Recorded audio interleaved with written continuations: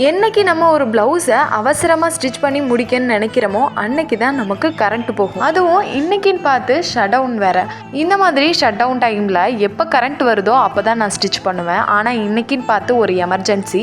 சரி, ஒரு வழியாக வீலை கலட்டிட்டு பெடல் போட்டு ஸ்டிச் பண்ணிடலான்னு நான் வீலை கலட்ட ஆரம்பிச்சிட்டேன். வீலை கலட்டிட்டு உள்ளே இந்த மாதிரி பெடல் இருக்கும், அதை எடுத்துட்டு நீங்கள் மறுபடியும் வீலை ஃபிக்ஸ் பண்ணிக்கோங்க. ஃபிக்ஸ் பண்ணதுக்கப்புறம் அந்த பெடலில் உள்ள நட்டை நல்லா டைட் பண்ணி விட்டுக்கோங்க. இப்போ ஒரு நூல் இல்லைன்னா உங்ககிட்ட நாடா இருந்துச்சுன்னா கூட அந்த நாடாவை கட் பண்ணி கூட நம்ம போட்டுக்கலாம். நான் இந்த மாதிரி ஒரு 8 லேயராக நூலை எடுத்துகிட்டு நான் ஃபிக்ஸ் பண்ணிக்கிறேன். பெல்ட்டை கீழே நீங்கள் ஃபிக்ஸ் பண்ணும்போது கரெக்டாக அந்த அளவுக்கு நீங்கள் ஃபிக்ஸ் பண்ணி நாட் போட்டுக்கோங்க.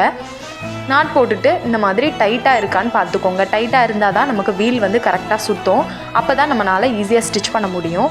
இந்த மாதிரி பார்த்திங்கன்னா நல்லாவே நமக்கு ரொட்டேட் ஆகுது.